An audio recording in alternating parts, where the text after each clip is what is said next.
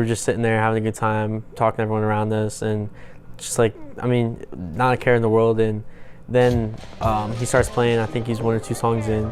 I saw something hit the screen, and then there's like the sounds of like the fireworks, and the screen went black.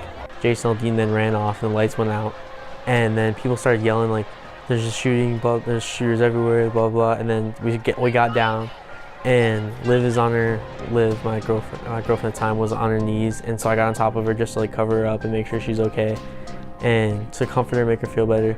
And one or two rounds in, I got like hit in the shoulder. I felt it immediately, and then we sat there like 2 or 3 more rounds. It stopped for a quick second. I told Liv and a lot of other people that were like running over the fence. I told her to go over the fence. I stayed there until like it stopped for another second. I was like by myself at that time.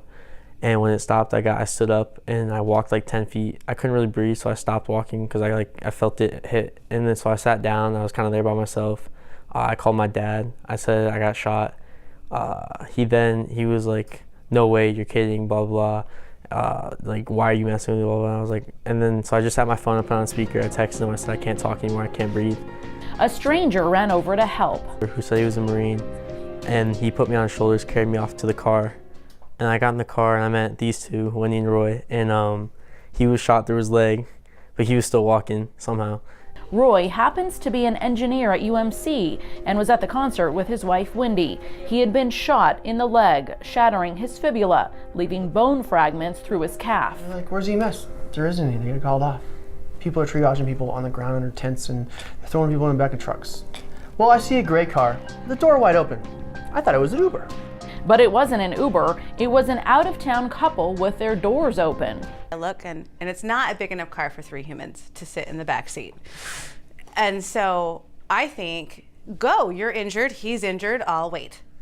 And Roy will not have that. So he did. He picked me up, threw me on his lap, and I look at Nick, and Nick, I've seen enough movies and whatnot.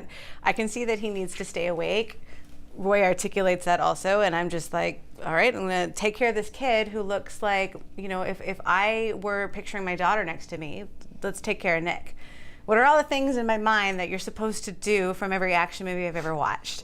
Okay, call the parents, keep them awake. How do I keep him awake? And so I just started trying to think of every single thing that if it were my daughter, I would ask. So, you know, asking about his girlfriend, asking about sports, asking about teachers he likes or hates or subjects he likes. So just anything that I could think of. Because Roy is personally familiar with UMC's care, he made sure the couple drove in the right direction. I'm yelling out, I'm hanging out the window, screaming at the cops, and they're letting us through. We get on the freeway. I literally thought the car's wheels were gonna fall off, because I told the old man to drive as fast as he could. The car's shaking all over the place. Get up the freeway, he goes the wrong way. I tell him to take the west exit, he takes the east exit. We have to go across the median. Then he finds that we need another roadblock, and then another roadblock. When they finally arrived at UMC, Nick went straight into trauma, and Roy went to the emergency department, though he was supposed to wait for a wheelchair. They said, "You need to go to the ER," after they wrote on my head. I'm like, okay, I know where it's at. I walk through the lobby, past the security desk, through the lobby. Then here comes a nurse or transport or whatever, remind me, "You can't do that." I'm like, I know where I'm going. Roy was cared for in the ER for a painful and very serious leg injury that would take months to heal and still isn't at 100%. Nick, though, was more severely injured. He had like a gunshot wound injury that was entering through his right upper arm, and there was not an exit wound. So the bullet actually penetrated his right shoulder. He had a clavicular fracture on the right side, and the bullet lodged between the spine and the ribs.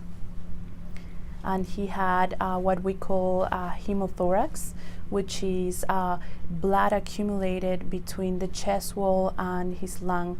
October 1st would be Nick's least fortunate and most fortunate night. He was very lucky to actually, the bullet has stopped right at the spine and not affect any structure in the spine, because if it would be, like if the bullet would have crossed the spine, he probably would be talking of his ability to walk. After 4 nights in the pediatric intensive care unit, Nick was well enough to go home, leaving behind some bittersweet memories. One of my first thoughts of taking care of him and talking to the family, it was that I was feeling very privileged and thankful to take care of a hero.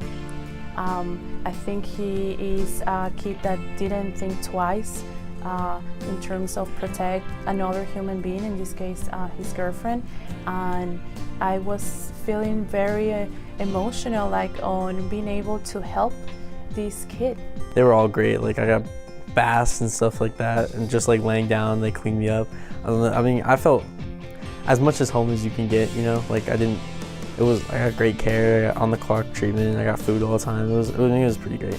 This is an amazing young human that I would like to have in my life forever, and time goes by too quickly. Thank you to all the nurses and doctors that were there that helped me. So I thank you to you and Wendy that helped me that night. I mean, I don't think I'd be here without all the pieces that came together that night. And There's nothing more precious than life, and they don't care. And if someone's in trouble, you take care of them, period.